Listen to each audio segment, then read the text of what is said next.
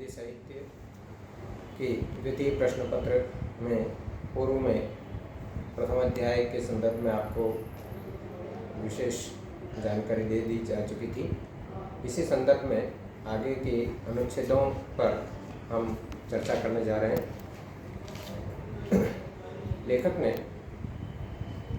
Lord Curzon से जो प्रश्न किए थे उनके द्वारा किए हुए दो प्रमुख कार्यों का भी उल्लेख किया, परंतु उन सभी कार्यों के द्वारा गरीब भारतीय जनता को कुछ भी लाभ नहीं मिलने वाला था, उसे भी रेखांकित किया है। इसी संदर्भ में लेखक आगे यह बतलाना चाह रहे हैं कि जिस प्रकार से शिव शंभू शर्मा का सुख स्वप्न भंग हो गया, ठीक उसी प्रकार से यदि भारतवासियों के संदर्भ में देखें तो हमारा केवल एक सुख स्वप्न कि हम कुछ आगे प्रगति कर पाएंगे, हम बहुत अच्छे हो जाएंगे, यह भारतवासी के मन में था, परंतु बुलबुलों की भांति ही वह स्वप्न भंग हो चुका है।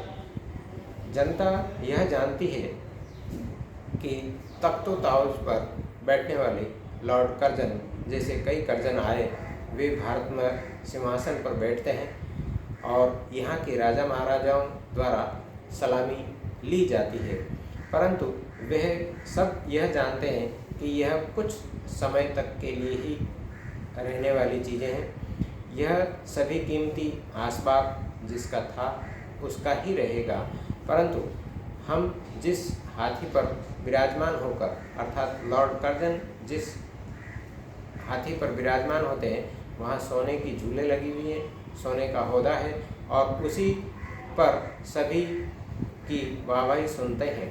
ऐसी स्थिति में दर्शक यह भी जानते हैं कि यह स्वयं लॉर्ड कर्जन का नहीं है या जितने भी लॉर्ड हैं उनका नहीं रहा है, और न कुछ समय पर बनने वाले राजा महाराजा भी जानते हैं कि यह उनका नहीं है, अर्थात वास्तविकता सभी जानते हैं। फिर भी यह अपनी स्वयं या अपनी ही प्रशंसा कराने जैसी बात रही है, केवल एक नुमाइशी चीज़ें हैं, और ये नुमाइशी चीज़ें जिसकी थी उसके पास समय तक, ज़्यादा समय तक नहीं रहने वाली है।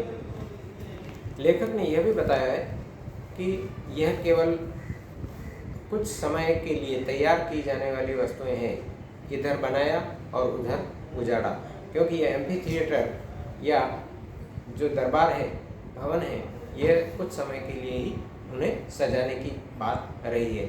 जिस प्रकार से तितलियों का जीवन होता है, कुछ समय या कुछ दिन पश्चात वह समाप्त हो जाती है, ठीक इसी प्रकार से आपने भी इन दोनों ही वस्तुओं या भवनों के निर्माण में इसी प्रकार से कार्य किया, पैसा पानी की तरह बहा दिया, परंतु हम लोगों के लिए कोई लाभदायक नहीं रहा।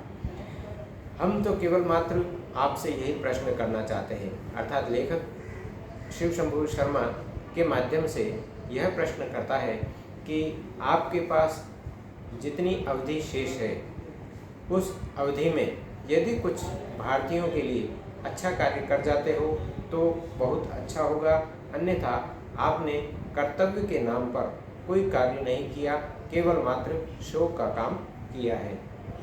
ऐसी स्थिति में आप अपनी ड्यूटी पूर्ण करते तो शायद ज़्यादा अच्छा रहता। लेखक ने जहाँ तक अपने विचारों के संदर्भ में यह भी रेखांकित किया है कि आप जिस पद पर आरूढ़ थे, उस पद को छोड़ने के पश्चात आपका क्या संबंध रहेगा, परंतु ऐसा मालूम होता है कि जिस पद पर रहते हुए इन्होंने दिल्ली में बहुत कुछ करने का ख्वाब दिखाया था, परंतु कुछ भी नहीं किया है।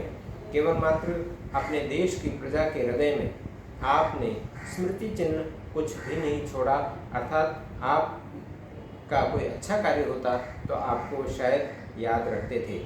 आपने स्मृति चिन्ह के नाम पर केवल मात्र विक्टोरिया मेमोरियल हॉल में जो मूर्तियां बनवाई है, अर्थात पूर्व कर्जन की जितनी भी मूर्तियां हैं, महारानी विक्टोरिया की मूर्तियां हैं, इन्हें आपने बहुत अच्छी तरह से बनवा कर उसमें रखवा दिया है, ऐसा प्रतीत होता है कि ये केवल मात्र धन की ढेरियाँ है।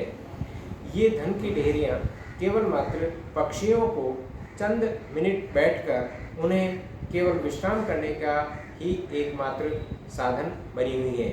और ये विश्राम करने के बाद में अर्थात ये पक्षी उस अड्डे पर बैठेंगे और अपना चिन्ह छोड़ जाएंगे, बस इसके अलावा और कुछ भी नहीं होगा।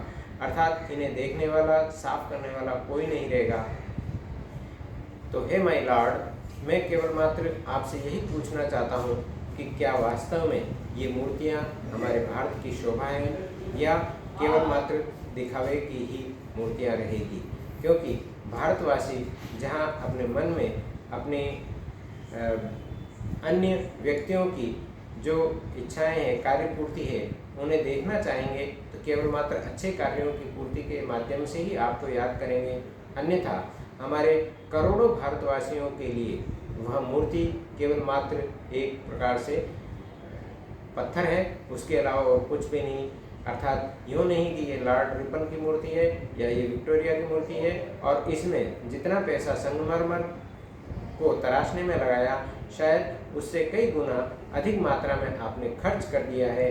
और यह केवल यादगार है जिसमें केवल मात्र चंद पेट भरे अमीरों को वहाँ जाकर देख आने की सुविधा है, उसके अतिरिक्त तो कुछ भी नहीं। अर्थात माय लॉर्ड, आप मेरा मतलब समझ गए होंगे। अर्थात ये व्याख्या का अंश भी है इसमें कि जो मुझे लिखना था लिख चुका हूँ, परंतु यह खुलासा हो चुका है कि एक बार आपने शो और ड्यूटी का मुकाबला नहीं किया। अर्थात शो ही होता है, ड्यूटी ही होती है। परंतु माय लॉर्ड, आपने शो और ड्यूटी में कोई अंतर नहीं किया और उसका मुकाबला करते हुए कोई कार्य नहीं किया। अर्थात ऐसी स्थिति में लेखक अपने बालक मन की इन भावनाओं को रेखांकित करते हुए यह बतलाते हैं कि इन दोनों में आपने कोई अंतर नहीं किया और भारतवासियों के लिए आपने कोई अच्छा कार्य नहीं किया। धन्यवाद।